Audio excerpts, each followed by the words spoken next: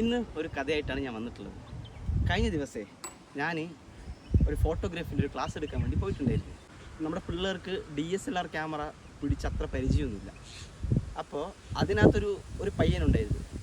ആ പയ്യൻ്റെ അടുത്ത് DSLR ക്യാമറ കൊടുത്തിട്ട് ഫോട്ടോ എടുക്കാൻ വേണ്ടി ഞാൻ പറഞ്ഞായിരുന്നു. ആ പയ്യൻ്റെ ഇടത്തെ കൈ കിടന്നിങ്ങനെ കടകടാ ഇങ്ങനെ ഭയങ്കരമായിട്ട് വിറയ്ക്കുന്നു.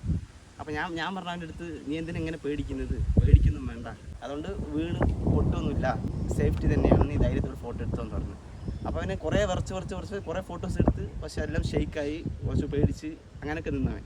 അപ്പോൾ രണ്ടാമത്തെ ദിവസം പോയി അവൻ്റെ അടുത്ത് സംസാരിച്ചു. അപ്പോഴും അവൻ്റെ ആ വിറയൽ മാറാണ്ട് തന്നെയാണ് അവൻ സംസാരിച്ചത്.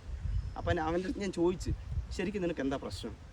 നീ ക്യാമറ പിടിക്കാൻ നിനക്ക് പേടിയായിട്ടാണോ, അതോ ഞങ്ങൾ ക്ലാസ് എടുക്കുന്നവർ കണ്ടിട്ടാണോ പേടി, അത് ഇത്രയും പിള്ളേരുള്ളതുകൊണ്ടാണോ പേടി എന്നൊക്കെ ചോദിച്ചു. അപ്പോൾ അവൻ പറഞ്ഞൊരു കാര്യം ഉണ്ടായിരുന്നു.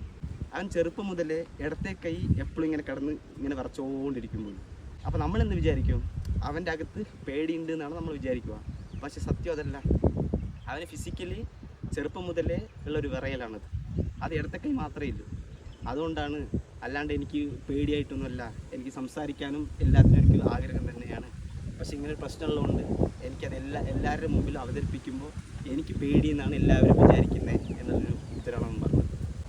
നമ്മളൊരു കാര്യം ഒരാളുടെ ബോഡി ലാംഗ്വേജ് വെച്ചിട്ട് നമ്മൾ ആരും ജഡ്ജ് ചെയ്യാൻ പാടില്ല. അവരുടെ അകത്ത് എന്തുണ്ടാവും എന്നുള്ളത് കൂടി നമ്മൾ മനസ്സിലാക്കിയതിന് ശേഷം മാത്രമേ അതിനൊരു തീരുമാനം നമ്മൾ എടുക്കാൻ വേണ്ടി പാടുള്ളൂ. അങ്ങനെ ഒരു കാര്യം ആ പയ്യൻ്റെ അടുത്ത് ഞാൻ പഠിച്ചു. എൻ്റെ അടുത്ത് നിന്ന് നിങ്ങൾ എന്ത് പഠിച്ചു എന്നുള്ളത് കമൻറ്റ് ചെയ്യും. അടുത്ത എപ്പിസോഡ് കാണാം.